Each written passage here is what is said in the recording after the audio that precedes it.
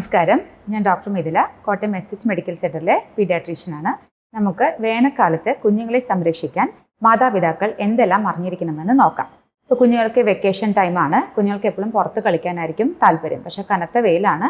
ഇത്രയും ഉയർന്ന താപനിലയിൽ കുഞ്ഞുങ്ങൾ കളിക്കാൻ വിടുമ്പോൾ കുഞ്ഞുങ്ങൾക്ക് ഹീറ്റ് സ്ട്രോക്ക്, അതായത് സൂര്യാഘാതം, ഹീറ്റ് ക്രാംസ്, ഹീറ്റ് ഹൈപ്പർ പൈറക്സിയ എന്നിവ വരാനുള്ള സാധ്യത കൂടുതലാണ്. നമ്മുടെ തലച്ചോറിൽ ഹൈപ്പോതലാമസ് ആണ് നമ്മുടെ ശരീരത്തിലെ താപനില കൺട്രോൾ ചെയ്യുന്നത്.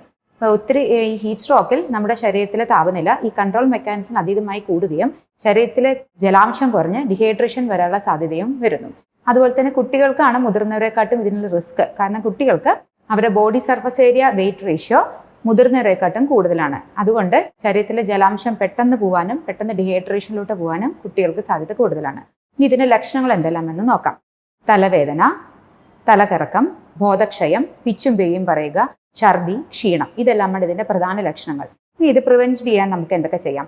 പ്രധാനമായും ഒരു 10 മണി മുതൽ, രാവിലെ 10 മണി മുതൽ വൈകുന്നേരം 4 മണി വരെ കുട്ടികളെ പുറത്തിറക്കാതെ ഇൻഡോർ ഗെയിംസ്, നല്ല വെന്റിലേറ്റഡ് ആയ റൂമുകളിൽ ഇൻഡോർ ഗെയിംസിന് കുഞ്ഞുങ്ങളെ പ്രോത്സാഹിപ്പിക്കുക.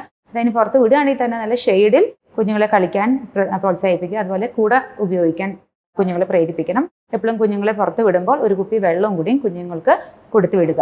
അതുപോലെ തന്നെ നമ്മുടെ റൂമിലൊക്കെ AC ഉപയോഗിക്കുന്ന പാരൻസ് ആണെങ്കിൽ ഒരു 25 മുതൽ 28 ഡിഗ്രി സെൽഷ്യസിലേക്ക് മാത്രം ടെമ്പറേച്ചർ ചെയ്യുക. അതിലും താഴെ ടെമ്പറേച്ചർ വെക്കരുത്.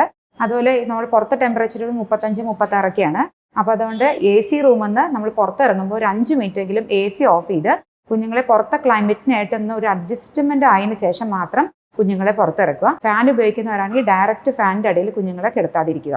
അതുപോലെ തന്നെ നമ്മൾ ശ്രദ്ധിക്കാനാണ് നന്നായിട്ട് ജലാംശം, ഡിഹൈഡ്രേഷൻ കറക്റ്റ് ചെയ്യാൻ വേണ്ടി നന്നായിട്ട് വെള്ളം കുടിപ്പിക്കണം. അപ്പം മുതിർന്നവരെ പോലെ ചിലപ്പോൾ കുഞ്ഞുങ്ങൾ തിളപ്പിച്ചാറിയ വെള്ളം ഒത്തിരി കുടിക്കില്ല. അപ്പം ഇച്ചിരി ഫ്ലേവേർഡ് ആയിട്ടുള്ള ഡ്രിങ്ക്സ്, അതായത് സൂപ്പ്, ഷർബത്ത്, നമ്മൾ yoghurt, smoothies, fruit juices, ORS വെള്ളം, കരിക്കും വെള്ളം, കഞ്ഞിവെള്ളം, അങ്ങനെ നമുക്ക് ഒത്തിരി ഓപ്ഷൻസ് ഉണ്ട് കുട്ടികൾക്ക് കൊടുക്കാൻ.